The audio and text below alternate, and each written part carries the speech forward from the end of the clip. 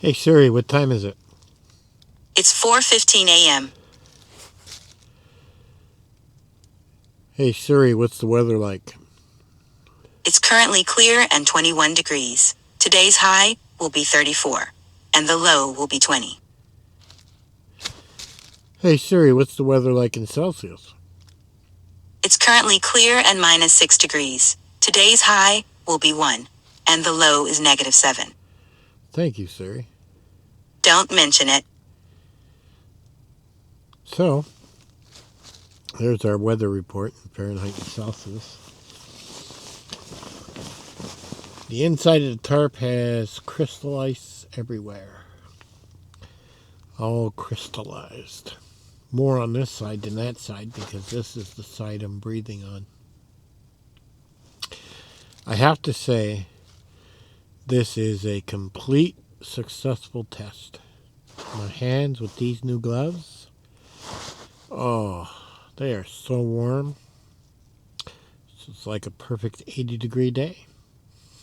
My feet with the booties, they are completely warm.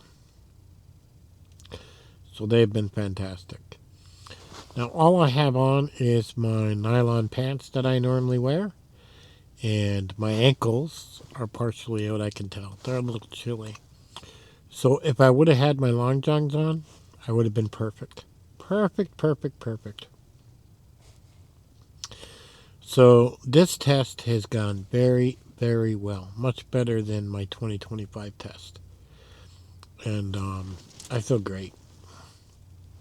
So to get up early in the morning, make coffee, and do a few other things, I would have no problem whatsoever. You'd start moving around. Now, ideally, it would be nice to eat what do you call it? One of those Nutri bars, or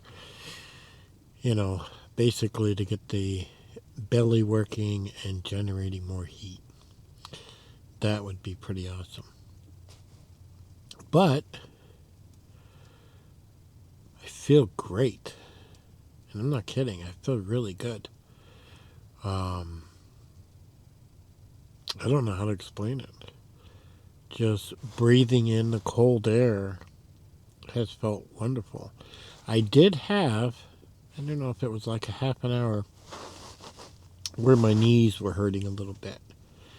And then by moving them and stretching them up and down, they stopped hurting. Probably arthritis, I don't know. But Western Mountainer and sleeping bag, whew, definite thumbs up. Oh man, this thing's awesome.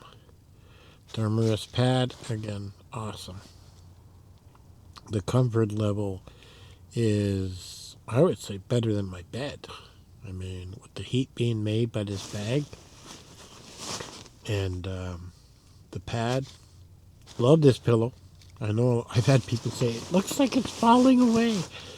No, it actually fits me perfect. And it's not cold. It has some type of felt on it, which feels really good.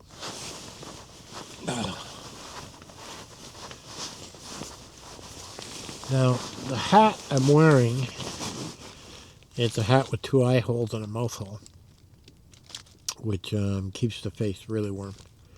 So that's nice. So I think I've got the hat styled in, the gloves. One day I do want to buy a pair of Western Mountaineering booties, just to see what they're like. I would like to see if there's a difference between the China version I got for like $25 and those ones for like 100.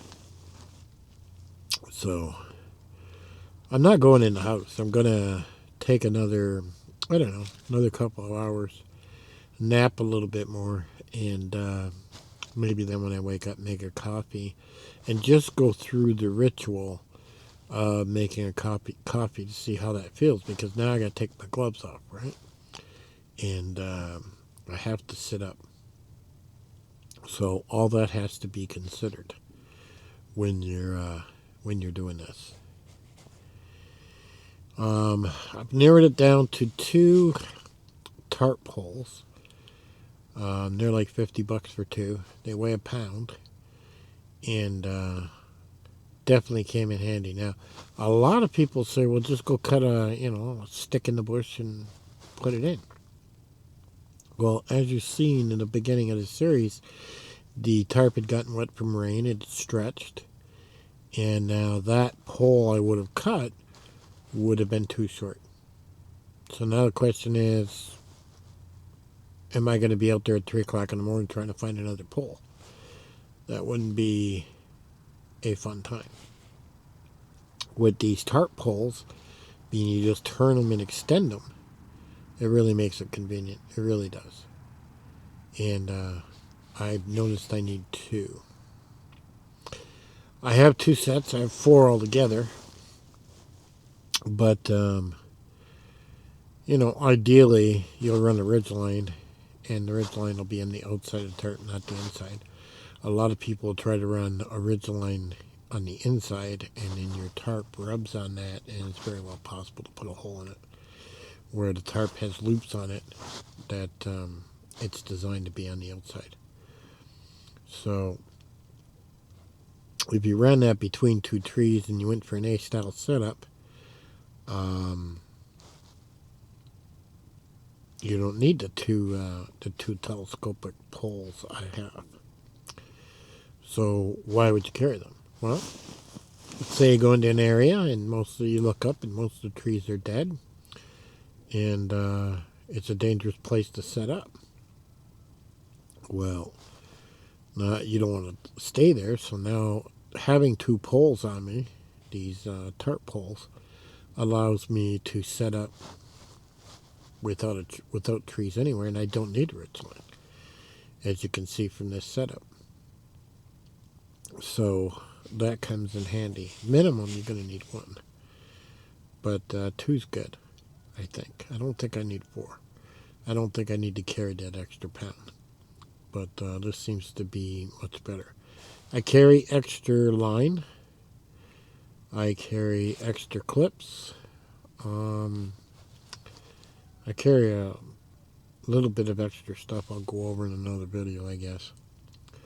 But this is looking pretty good. So my weight with this right now is 4, 5, 6, 7, 8. I'm guessing 10 pounds for a complete shelter, warm setup, pad, pillow, cup, coffee, fuel, phone. Yeah. So this is awesome. So now anything else I take, like for example, say I take another 10 pounds, I'm up to 20 in little doodads.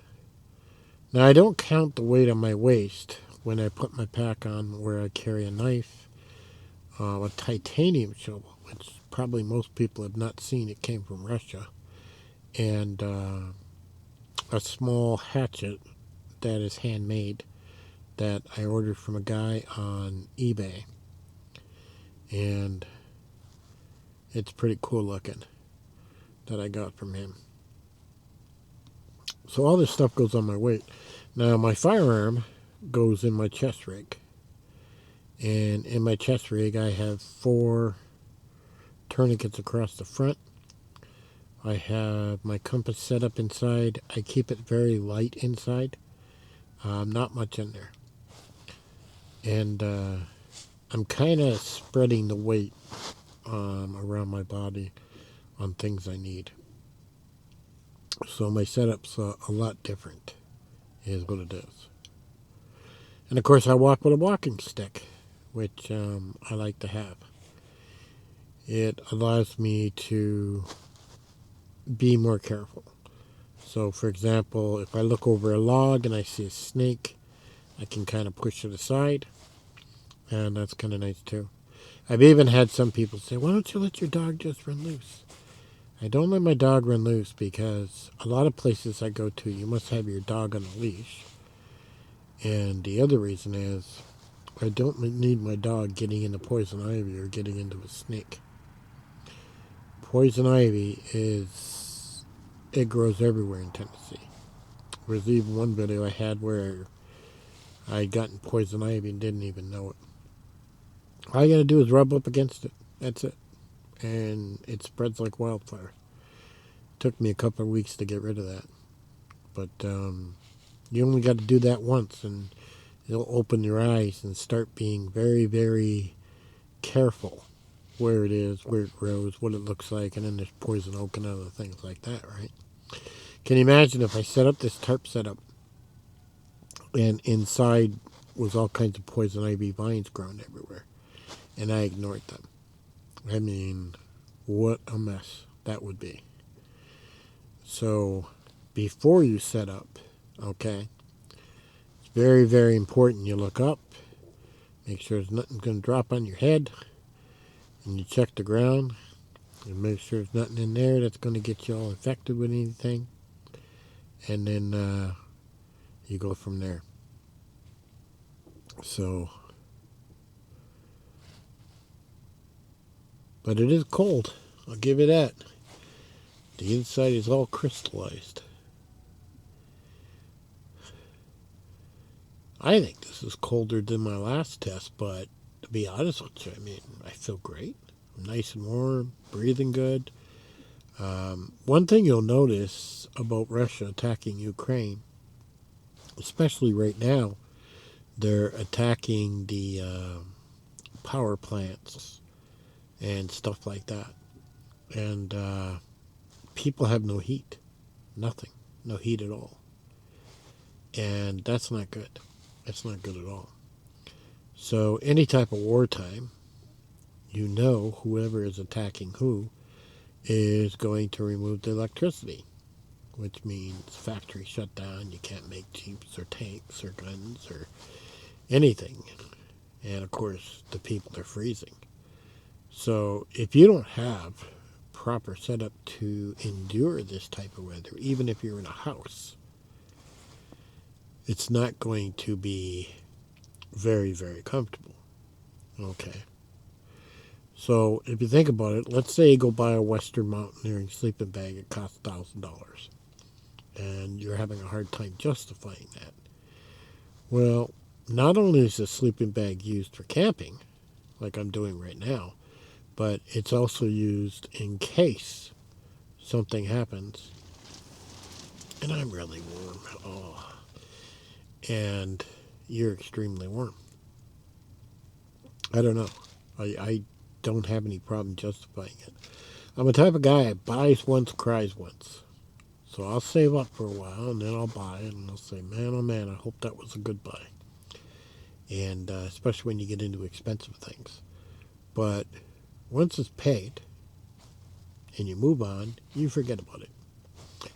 You really do. And then when you use it, you're like, oh God, I'm so glad I bought this. And that's just how it is. And a lot of stuff, when it comes to camping, everybody lies. I mean, I will call it the camping world of lying. You know, like for example, let's say it's a 15 by 15 tarp. Well, maybe it was when they started, but by the time they fold the seams and they put the, rain protection on and everything, I mean, I think this comes out to almost like 13.9 is what this is. So it's not a 15 by 15. And that's with any tarp you buy.